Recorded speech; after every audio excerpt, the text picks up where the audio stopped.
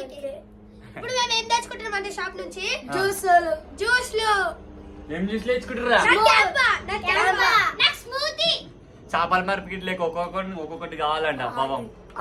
Friends friends 500 చూడండి friends 500 మా దొరసానమ్మ మా దోసనమ్మ చూడండి ఫ్రెండ్స్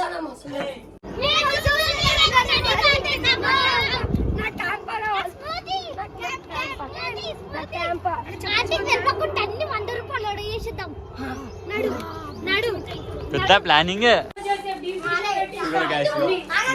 మొత్తం కొట్లాడుతారు అనుకుంటారు.